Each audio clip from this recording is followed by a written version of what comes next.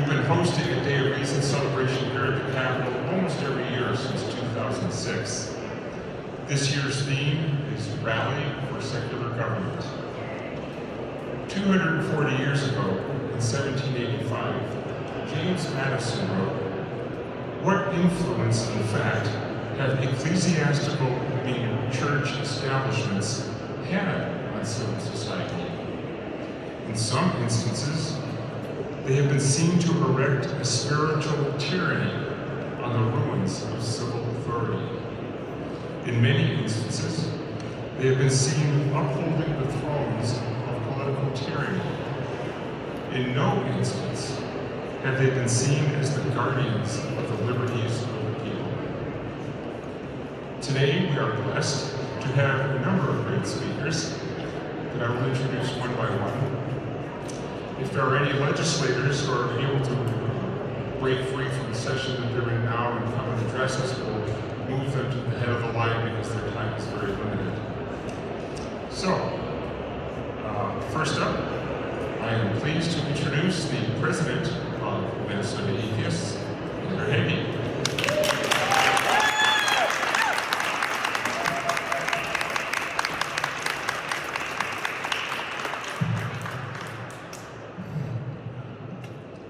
Thank you for coming out today.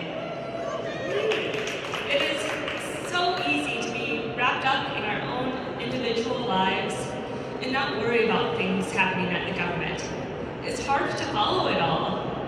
I tend to gather a little information here and there rather than follow things closely. However, the things that have been occurring lately have become alarming and require closer following. I have been alarmed by the measures being taken against the press and public broadcasting. Project 2025 has called for the stripping of government funding from NPR and public television because they hate the Lord. The Trump administration has drafted a memo to Congress outlining its intent to end nearly all federal funding for public media, which includes NPR and PBS. This is a clear case of wanting to suppress the freedom of speech and discriminate against any programming that is critical of the administration and doesn't promote a Christian nationalist agenda. These programs serve a public good and have earned their federal funding. That funding shouldn't be pulled for illegitimate reasons. I attended the American Atheist National Convention, which was held in Minneapolis a week and a half ago.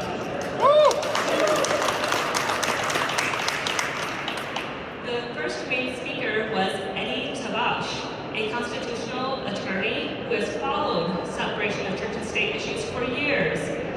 He spoke about the Supreme Court and began with saying, "This is the greatest threat we have ever faced." He mentioned a selection of cases that the Supreme Court is planning to hear. These are cases which they have no business of hearing because the lower courts made the correct judgment call. This is alarming. I just watched the movie Bad Faith. It was a great summary and explanation of everything that we've been witnessing. One thing that I think we tend to lose sight of is that Trumpism isn't necessarily about Trump. They don't think he's infallible. The Christian nationalists see Trump as a pagan king that will make way for a Christian government. He is an instrument, a wrecking ball, that will break down our current systems to make way for their theocracy. This might sound a little far-fetched, but we must look no further than the Department of Government Efficiency he created, is slashing government agencies with no regard to the effects. While they are cutting programs, they are letting churches continue to be tax exempt while they are blatantly endorsing candidates.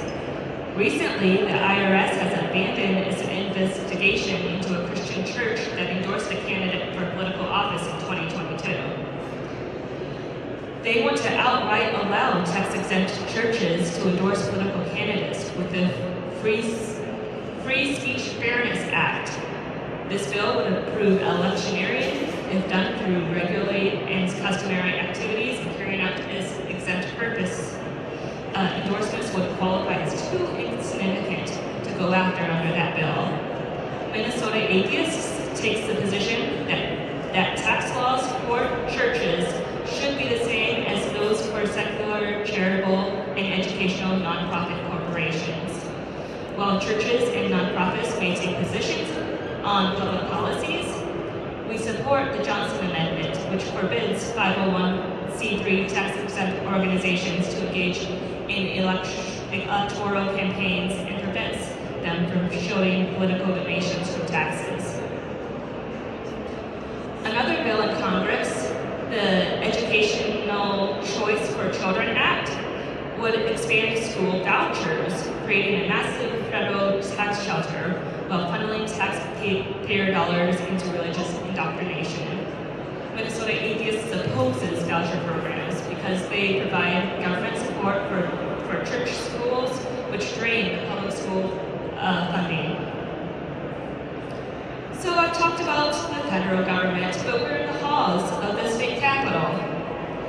I think we're doing pretty good here in Minnesota. We have an Attorney General, Keith Ellison, who stands up for our rights.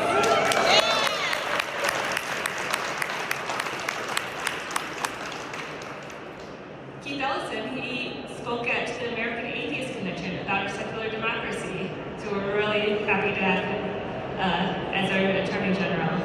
I'm also really grateful for our legislators here in Minnesota who value secular government, and especially for those who are part of the Secular Government Caucus.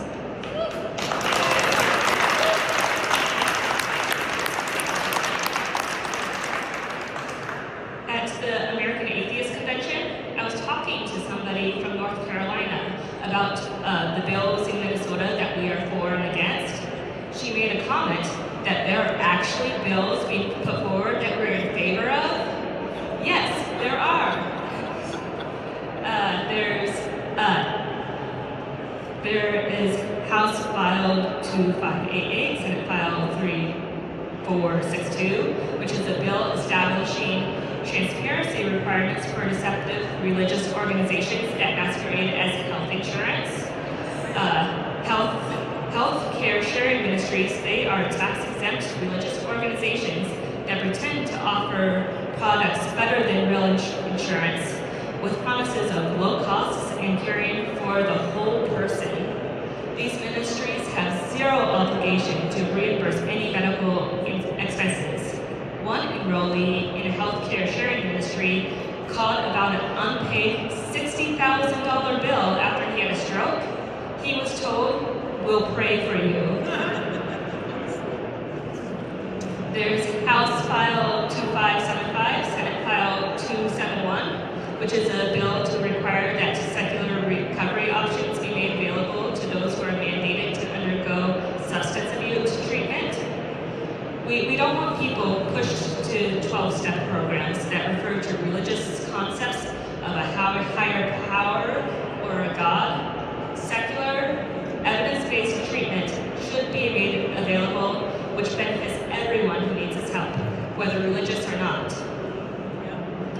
And then there's the End of Life Options Act, which we would like to see passed. House File 2998, Senate File 3215, which would offer people with terminal illnesses who meet certain qualifications to have the option to peacefully pass on their own terms.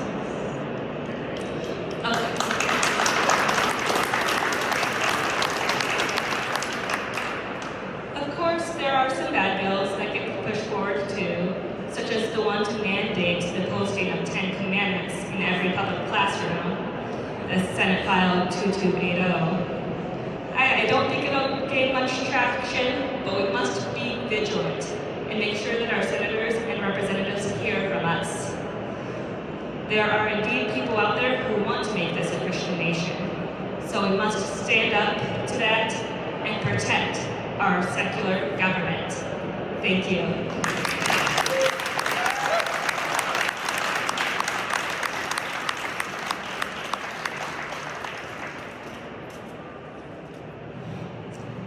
Thank you, Heather. And now I would like to introduce the President of Humanist MN, Ellie Haaland.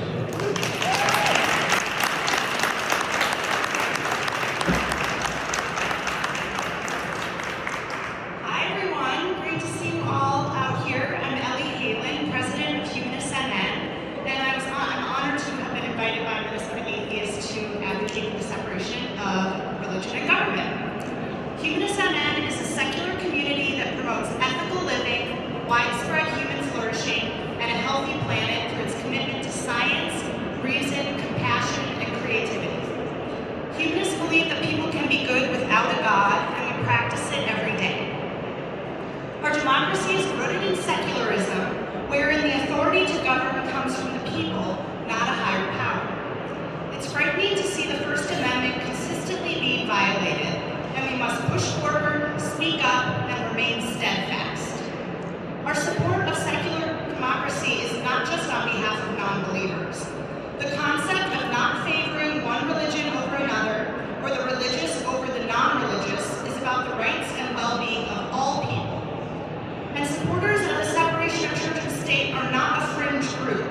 We encompass a myriad of worldviews and diverse backgrounds. In 2023, Humanist MN ran a billboard campaign with the message, "Reject Christian nationalism, keep religion out of government," and it went viral, resonating with people across the board. Fears about Christian nationalism have been realized since Inauguration Day, and the administration is wasting no time putting Project 2025 into action. Christian nationalists are organized and they are loud, and this is why it's critical for lawmakers to hear as much from us as they do from them. My personal understanding of the importance of civic engagement stems from a social studies teacher I had in my public high school. With his signature motivational tactic of feigned aggression, he framed social responsibility, personal development, and commitment to something you care about as a no-brainer. Things we owe to ourselves and each other.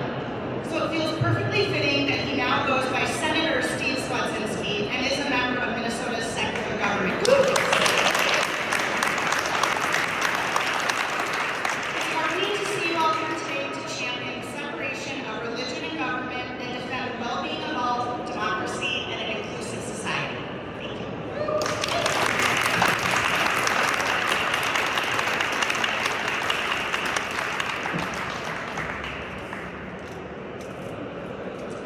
Thank you, Ellie. And now I would like to introduce Patrick Elliott. He's the legal director of the Freedom from Religion Foundation.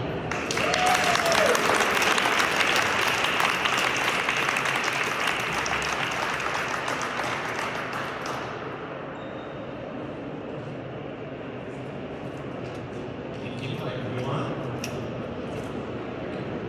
It's interesting being under this dome because when I was 16, I was under a different dome in Minnesota, the cathedral, just about a mile from here, getting confirmed into the Catholic Church, and have since, obviously left the church, and now I'm the legal director for the Freedom from Religion Foundation. So it's a bit unique being in Minnesota under this ambiance. And I do compare, my upbringing of my kids to my religious upbringing. And last year, I have my son who was 4 at the time. We were driving to the Children's Museum in St. Paul, and there's a very old, ornate church nearby. We were driving right by it, and we both saw it at the same time.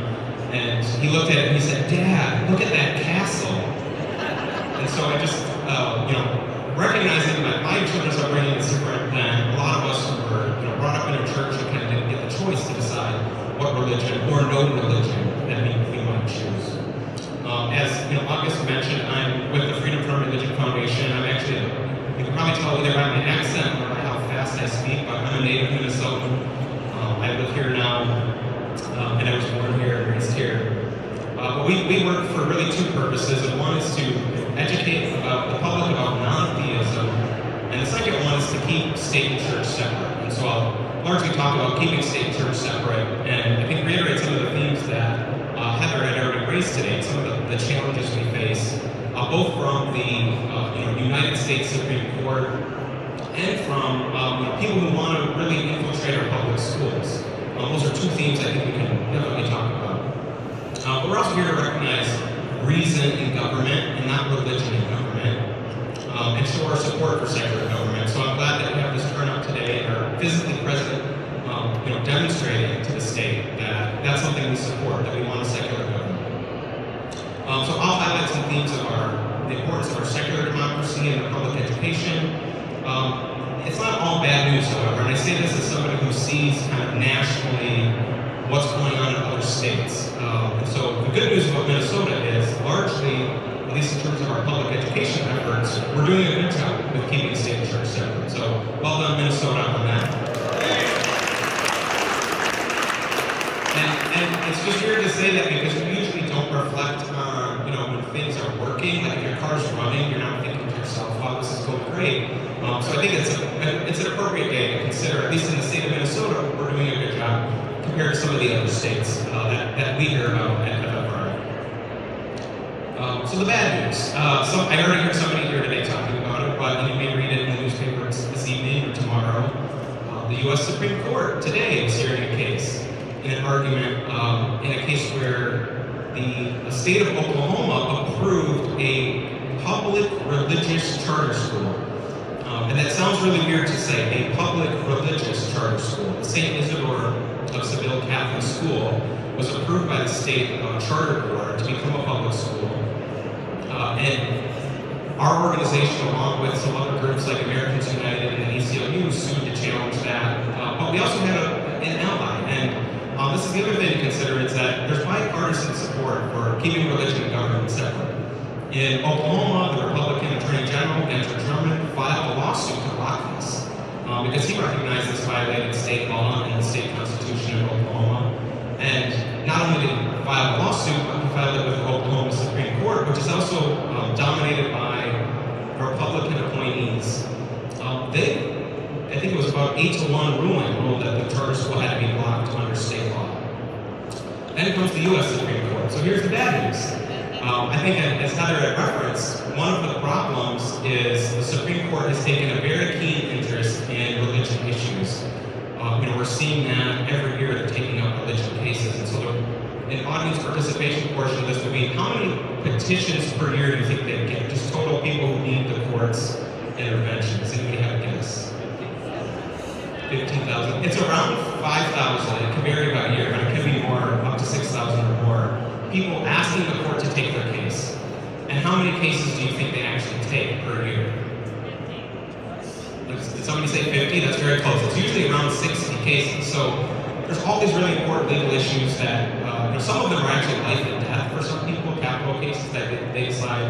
But every year we see that they want to take religion cases. This year, this case, this Oklahoma case, was one of them. And there, after the Oklahoma Supreme Court issued its decision, the school and the state charter authority brought the case to the Supreme Court saying it violates free exercise to deny a public charter to a Catholic school. And the argument did not go well today. This may not surprise you because of who's on the court and what their values are. And it's not the only case. There are 2 other religion cases before the Supreme Court. We will have decisions from those by the end of June. And so I'm flagging that one too. If you read about it tonight or you read about it tomorrow, you'll have a little bit of context of what's going on in Oklahoma. And it's really a sign of this national trend.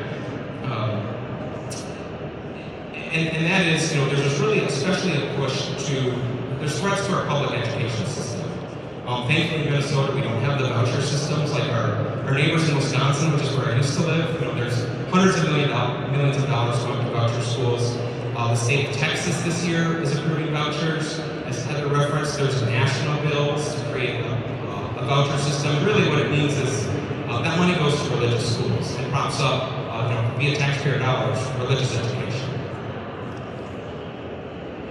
And the other bill, I think that Heather had referenced, that I want to draw everyone's attention to.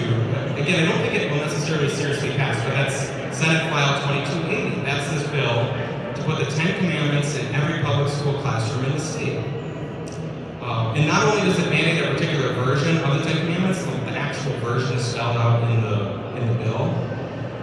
It requires it to be a large size that is, quote, legible accessible to a person with average vision from anywhere in the classroom, at a minimum of 16 by 20 inches. So they're contemplating putting in all of our public school classrooms, kindergarten through 12th grade, huge Ten Commandments postings. And it would be funny if it wasn't a serious threat, because this is going on in states throughout the country. Similar bills have been introduced in other states. In fact, I'm one of the attorneys representing the challengers to this law passed last year in Louisiana. So we're working with a coalition there, and so far we're winning. We secured a preliminary injunction to block that law from going into effect. So thankfully today, children in Louisiana don't have this in their classrooms. It's not the only state. Arkansas just passed this law within the last 2 weeks. There are bills pending in Texas and Alabama that are getting serious consideration. Thankfully, some of our neighboring states, South Dakota and North Dakota, rejected these bills this term, which they were seriously considering passing. But besides what they're trying to do, I also just wanted to raise, why the Ten Commandments? Could it really be that this selectively edited text that they've decided is the Ten Commandments is this great learning tool for public education? Of course not. And so I do have a challenge. If you hear people say that they think this is a good idea, I do ask you to do a couple of things. And one is to ask them, if they have the Ten Commandments posted in their home, at their work, or at their place of worship. I've been to a lot of churches, and usually that's not prominently posted in churches. Some that may be the case. But the other thing that's really interesting is just ask them what the Ten Commandments are, because, and I've been doing this for 15 years, so I've just seen this story play out a lot. They don't know. They want this for some other reason. It's not because they actually think this is the right thing to do.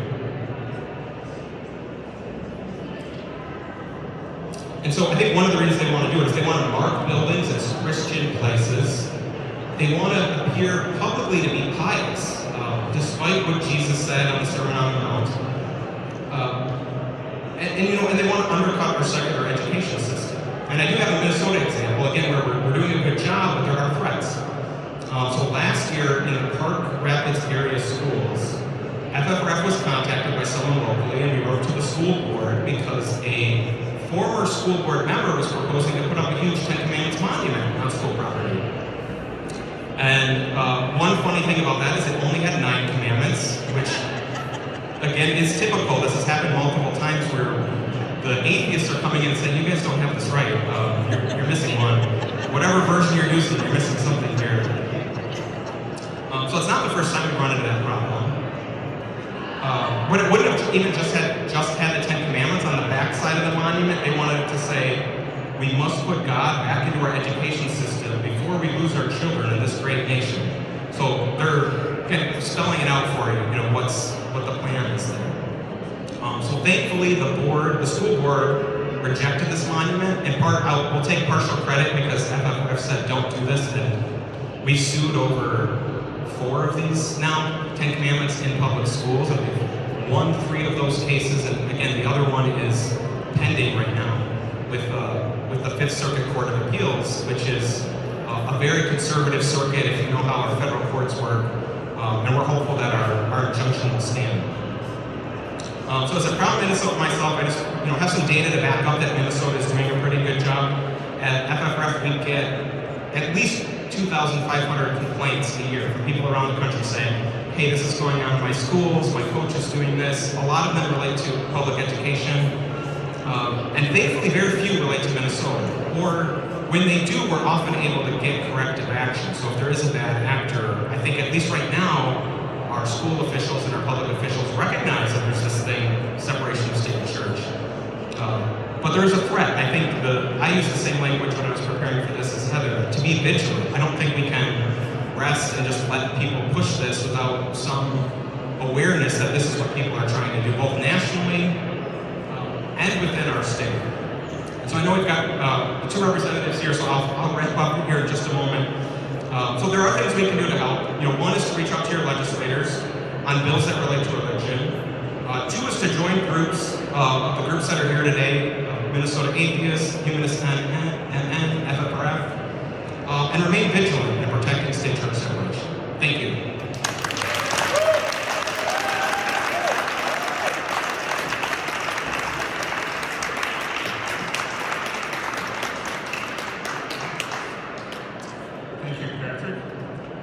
In the fall of 2022, about 24 Minnesota state representatives and senators formed the Minnesota Secular Government Caucus to combat the Christian nationalist agenda.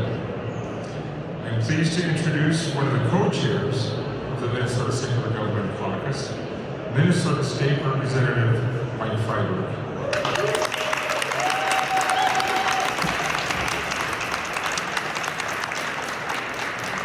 Thank you, I appreciate that. So, and I'm glad to have the other co-chair from the House here, Representative Athena Holland, she'll be speaking next. We just reformulated the Secular Government Caucus to make sure all the members who just got elected had a chance to join too, and the ranks of it have grown to a length not seen before. I think there are 37 members now.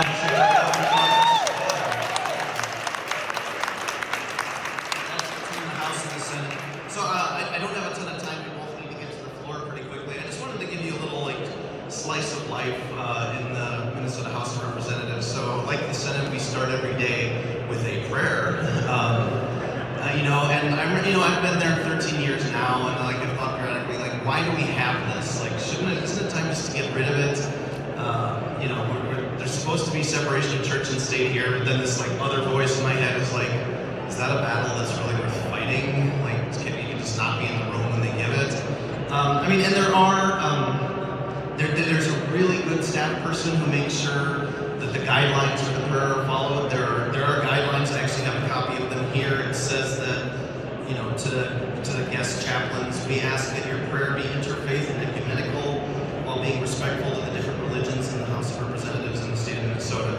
And, she does a really good job of making sure people know of those, but sometimes you get a rogue chaplain or somebody slips through the cracks. And the other day, I've tried to make sure we have non-religious people delivering invocations as well. Audrey Kingston from the Humanists was going to give an invocation just yesterday. And unfortunately, she got sick and wasn't able to, so I think she's going to, they have a new date for her, so be on the lookout for that.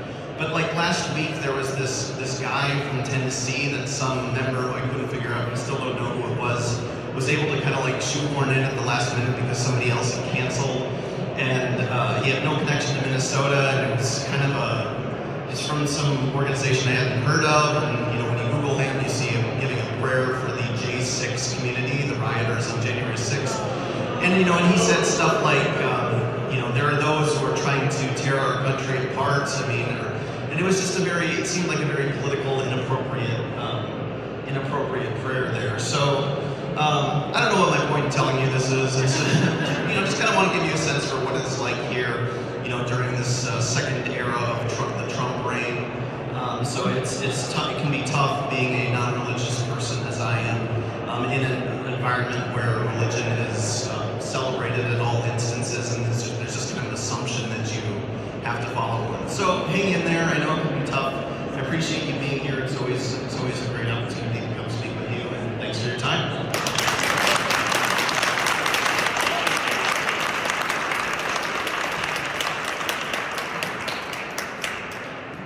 Thank you, Mike. And now I'm happy to introduce another co-chair of the Minnesota Secular Government Caucus, Minnesota State Representative Athena Holland.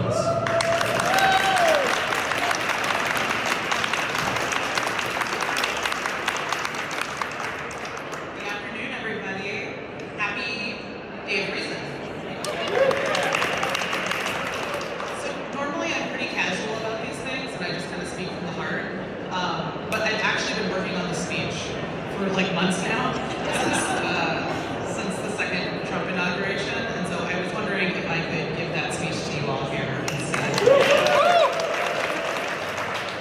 of winging it like I normally do. Okay. Well, I'm really delighted to be here today as the co-chair of the Secular Government Caucus. It's important for me to participate in this. We are in the House where religion is baked into a lot of what we do. And so having the Day of Reason is especially important to me because it's a reminder, not just to me and my members of my caucus on the other side of the aisle, but also to the people who are touring this building, that government needs to remain secular. We're standing at a dangerous crossroads in history, across the nation and right here in the heart of the Midwest. We see the rise that threatens the very fabric of our democracy. Fascism whispers through our institutions, autocracy creeps in under the guise of order, and white Christian nationalism, an ideology built not on faith, but on exclusion and dominance, marches boldly into our politics, our schools, and our laws. Let's be clear. This isn't about religion. This is about power. It's about a minority trying to seize control, not through persuasion, not through unity, but through fear, division, and through a toxic blend of theology and nationalism that has no place in our free society.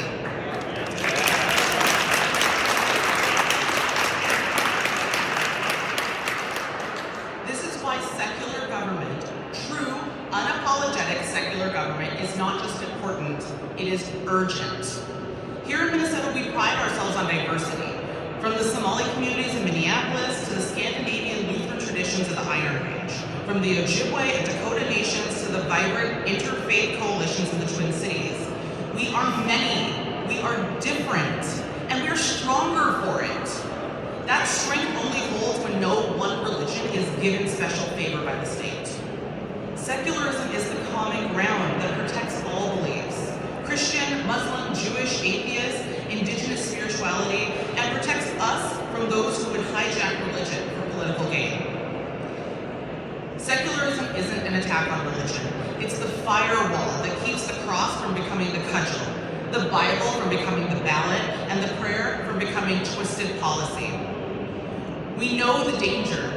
We've seen politicians weaponize God and country to ban books, erase queer identities, demonize immigrants, and strip women of their reproductive rights. We've seen school boards infiltrated by extremist groups who want to rewrite history and science to fit their ideology. And we've seen attempts, even in our own state, to chip away the walls between church and state. But Minnesotans don't back down. We are not going to be neutral in the face of injustice. We are not silent when our liberty is being threatened. Secular government is not just a constitutional principle, it's a moral one.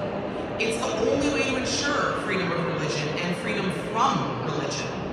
It's what lets us all live together in dignity without fear that someone else's God will become our ruler. So if they come waving crosses like swords and dressing up hatred as values, we say this: not in our state, not on our watch.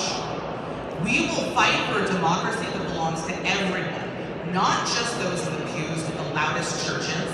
And we will keep Minnesota a place where freedom isn't just preached, it is practiced and it is protected.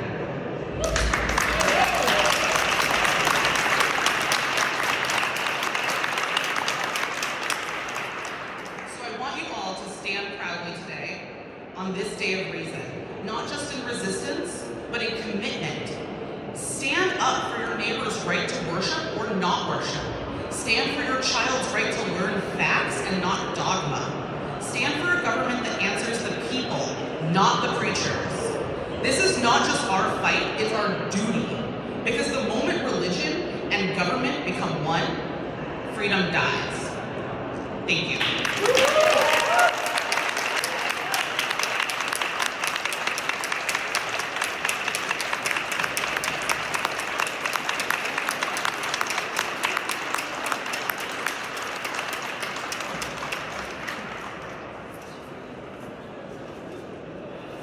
Thank you, Athena. Outfront Minnesota is one of the key organizers of a group called Minnesotans Against Christian Nationalism. And Minnesota Atheists and Humanists are proud to be part of that coalition. Our next speaker is Matt Llewellyn-Autumn, the Director of Religious and Community Organizing for Outfront Minnesota.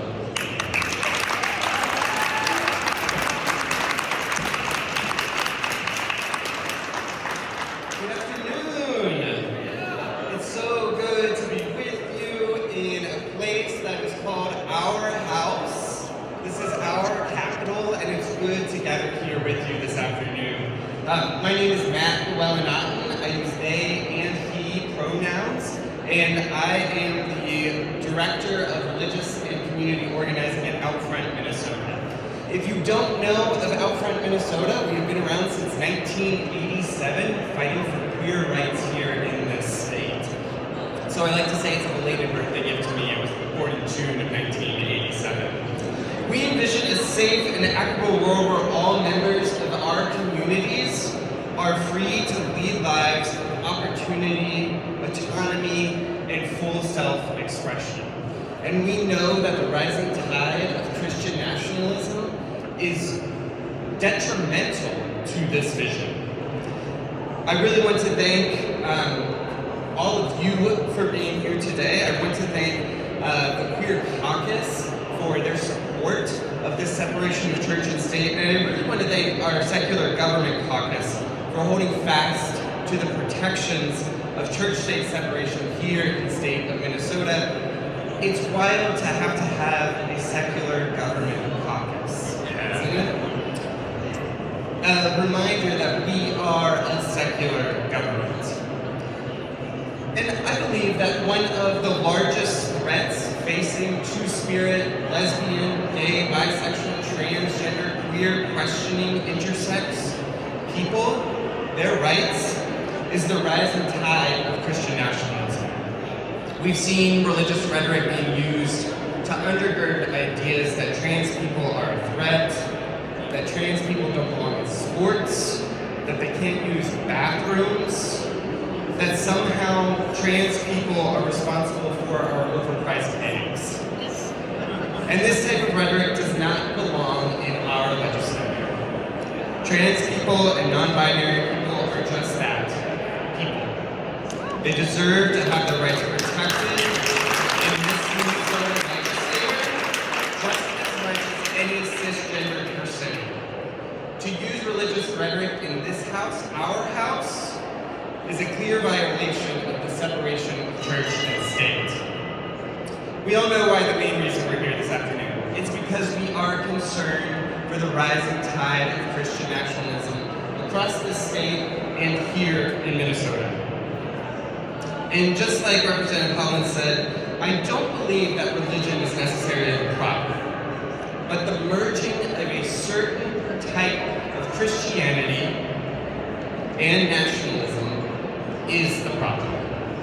As citizens, we have the power to address Christian nationalism when we see it in legislation and in the words of our elected officials.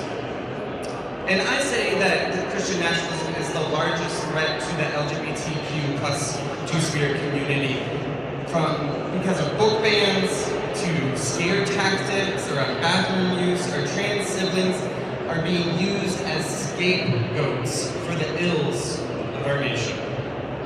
Christian rhetoric has been used to stoke fear in the hearts and minds of citizens, when the real threat to the livelihood of our children is poverty, familial abuse, suicide, the lack of safe, common sense gun legislation.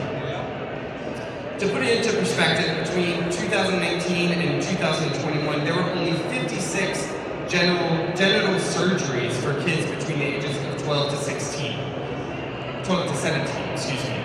And this includes surgeries for intersex minors as well. And in 2021, only 1,309 minors initiated puberty blockers. But over 600,000 children are abused by their families every year in America. 7,000 youth and young adults die by suicide every year. 2,000 children die from abuse and neglect. And there has been a 50% increase of gun death in America for children. What has happened is that Christian thought leaders backed by multi-billionaires have convinced Americans that trans people are the problem, when the real problem is far scarier and can't be blamed on a small slice of our American population. Trans kids have been used as a scapegoat for far too long. And this history that we see of white Christian nationalism in America is nothing new. The history of Christian nationalism is is that it has been a tool used to enslave people, create Jim Crow laws, and justify wars. We've seen a pattern in the history of our nation. When Christian nationalists don't get their way, they claim victimhood, donning the mantle of traditional values in the face of an increasingly secularized or sexualized society. And it hides this insidious core of the movement, a centuries-long desire to maintain the United States as a white Christian patriarchal nation. And I'm encouraged by this crowd, the presence in this Capitol today. And I'm also encouraged by the growing number of people who have joined a coalition called Minnesotans Against Christian Nationalism. This is a grassroots coalition that challenges and dismantles Christian nationalism here in Minnesota by promoting religious pluralism, defending the separation of church and state, and defending and safeguarding the rights of all citizens. And we envision a Minnesota where religious liberty thrives, where all individuals are free to practice their faith, and without fear of discrimination or the imposition of a particular religious worldview on the government or public sphere. And many of the members of the coalition here today, and we have over 300 Minnesotans who have joined into the work of this coalition to promote a secular government and address Christian nationalism and its threat to democracy. So friends, I encourage you to continue the good fight. Continue to show up, continue to make your voice heard, and to join in this fight of the separation of church and state. You can simply Google Minnesotans Against Christian Nationalism and you can sign up there to be a part of this growing coalition of people. And to my fellow queer siblings, I say to you, hold fast and look at the allies who showed up for you today. Thank you.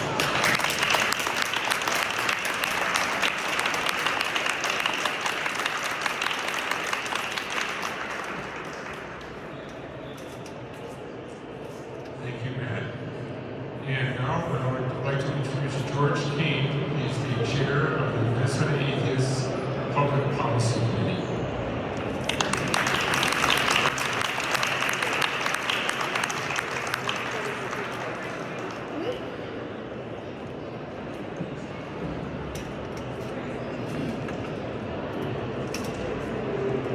Minnesota Atheists normally confines its political expression to opposition to government violations of the religion clauses of the First Amendment. These violations are now more widespread, severe, and pervasive than at any time since Minnesota Atheists was chartered. There's plenty going on for us to complain about. But in the current push to expand the authority and power of the federal executive, religious freedom is not the principal target. All civil rights are under siege to squelch any opposition to presidential demands. We are seeing billions of dollars in federal grants being withheld to extort private universities to surrender their rights over curricula, admissions policies, and the hiring and firing of university staff. We are seeing the Department of Justice initiate suits to punish and silence law firms that have opposed the administration in court. We are seeing the government threaten to terminate the tax-exempt status of nonprofit organizations that have criticized federal actions. The targets of this last threat include the national secularist organizations, such as the Freedom from Religion Foundation, Americans United for Separation of Church and State, American Atheists, and the American Humans Association.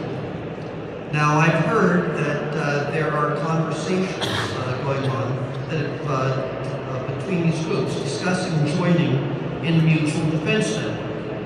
But no one knows if the administration might even initiate legal actions designed to shut down state-level secularist organizations, such as Minnesota Atheists, and Humanists MN.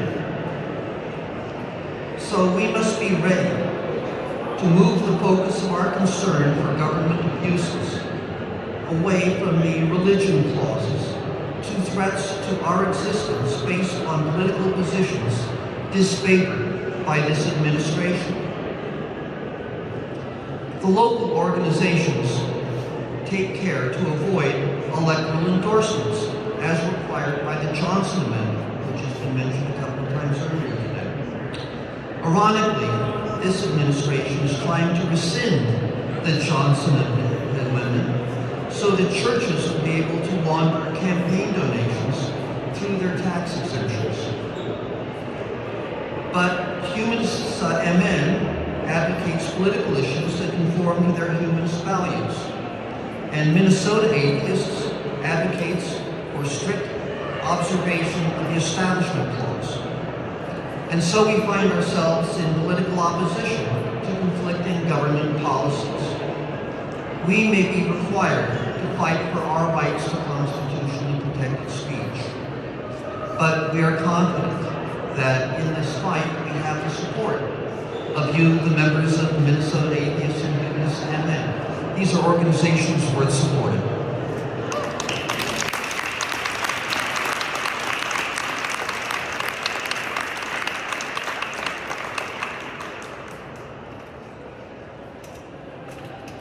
Thank you, George. And now I'm pleased to introduce another member of the Minnesota Secular Government Caucus, Minnesota State Representative Sandra Feast.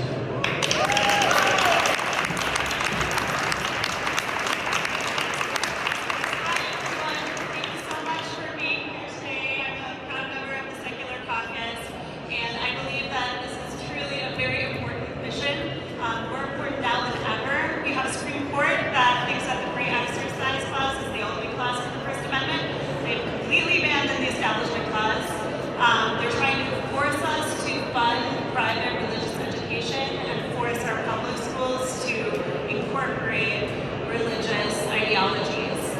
We also have a really scary Project 2025.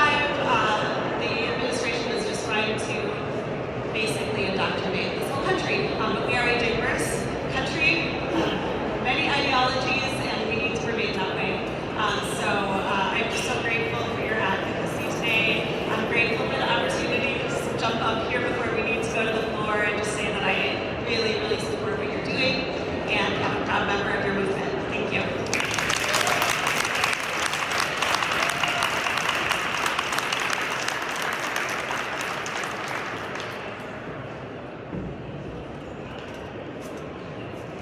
Thank you, Sandra.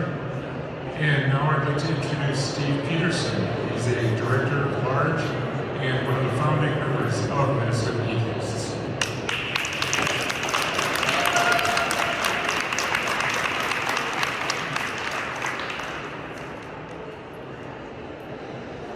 As we're gathered here in our annual Day of Reason, we reflect on the lawmakers who talk about freedom and how they love freedom of the individual. However, not all declarations are the same. Christian nationalists want the freedom to be able to deny other people rights.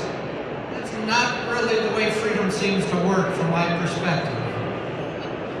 And what we wish to do here today is to educate lawmakers that freedom and equality under the law are the only way to enable all people to have freedom of oneself. Timothy Snyder, in the book On Freedom, makes the point that freedom comes from us, the individual, not from government. It's not a government decree that gives us freedom, it's how we live our lives. And we wish to live our lives in a free, open manner. When I see atheists, secular humanists, and people of different religions, believers that I disagree with, I see freedom. When I see people of different sexualities freely expressing their sexuality, I see freedom. Snyder goes on to say that we the people, what our role is the enablers of what government should do. And what is government's role? It's to provide a safe environment for freedom to flourish. And that's what we wish to express to the lawmakers. We don't want them to pick sides. We don't want one narrow religious view to be the preferred citizens. All of us are preferred citizens. What we would really like to be done is to be treated with fairness, equality, and respect. The role of the secularists is to enable individual freedoms by not granting privilege to one group over another group. Those of us at this rally, we disagree with the Christian nationalist perspective. Of course, the most ironic part is we defend their right to have that perspective, even if it's not reciprocal. It's just the right thing to do. All viewpoints we disagree with have a right to be heard. And it's our desire to educate those who do not know us or who are afraid of us to understand our viewpoints, have equal standing, and knock down stereotypes. Discussions about religion, sex, and politics, they're difficult. But those are the discussions we need to have to find common ground, to find a way to remove narrow thinking. Diversity in our country is our unique special power. We need more voices, not less. We need more openness, not less. I'm a heterosexual male. My partner and I have attended Pride events for years. Why? Because these events are safe places for so many people to express their sexuality. They're places where people, the environment has been provided by the people that run them. It's outside of government. You just see people that are in this whole world that they can't do in their daily lives. Our atheist booth is always mixed up, same as the humanist, in with the religious groups. People can come, they can go to our booth, they can go to religion, they can decide whatever they want to do. It's a place for open exchange, and we all get along. I've never had a conflict at the Pride events that we've gone to for some years.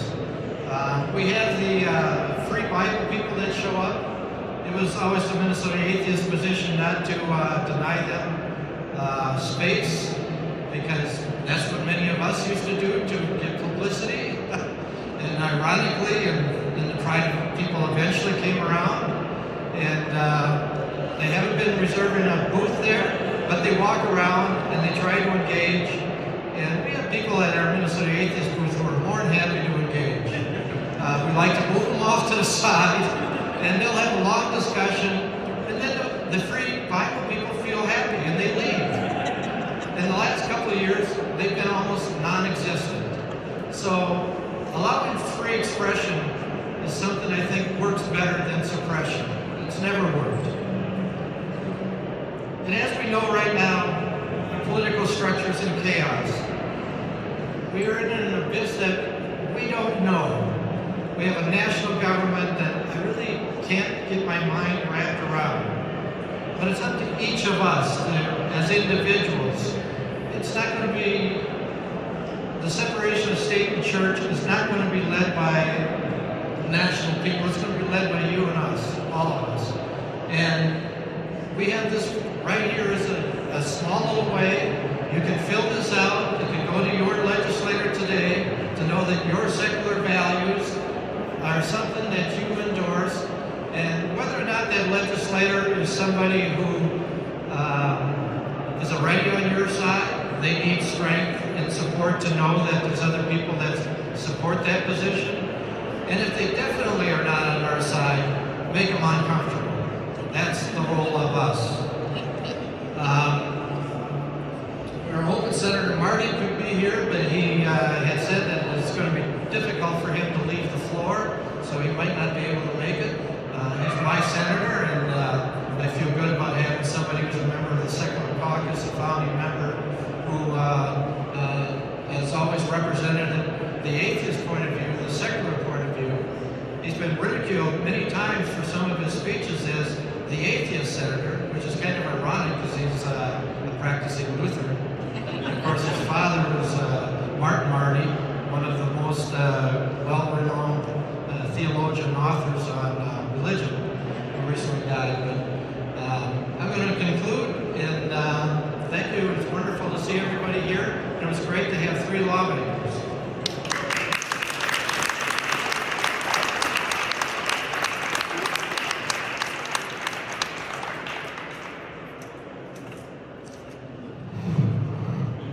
Well, thank you, Steve, and the sign-up sheets are over there on the table.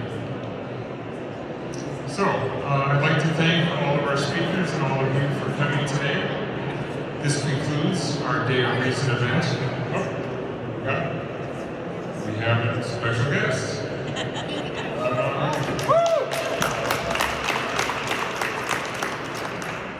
Okay, we're pleased to have Minnesota State Representative Brian Curran.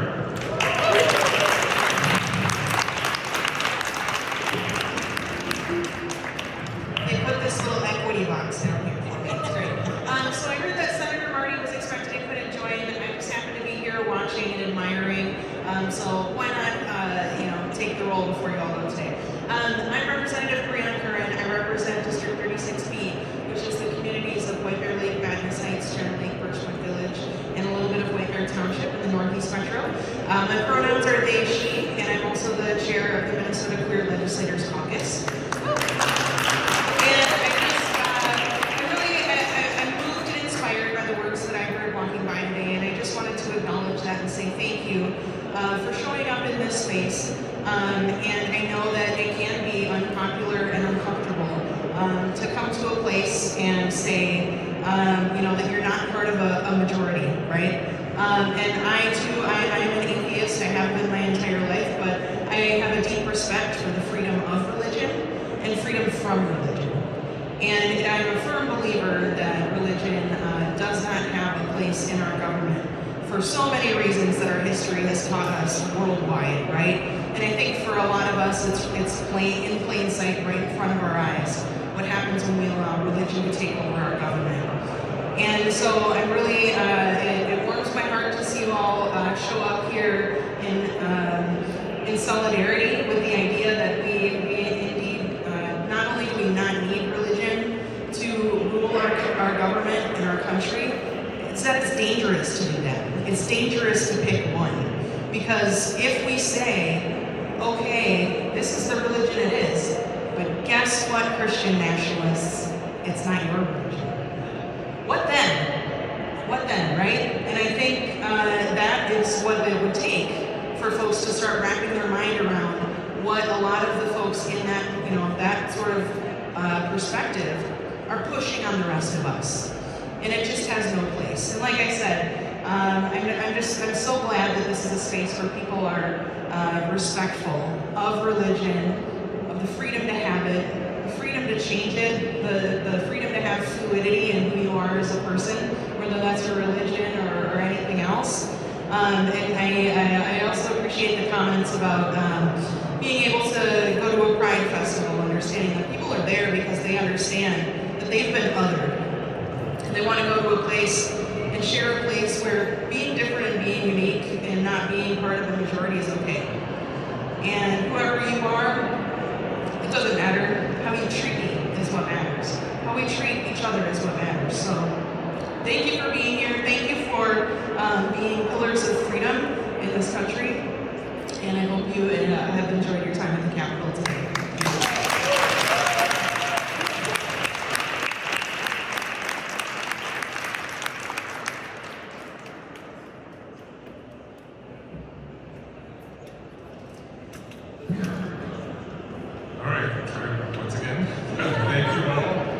Speakers and to you for coming. This concludes, I think, our Day of Reason event, but it's only the beginning of our rally for secular government.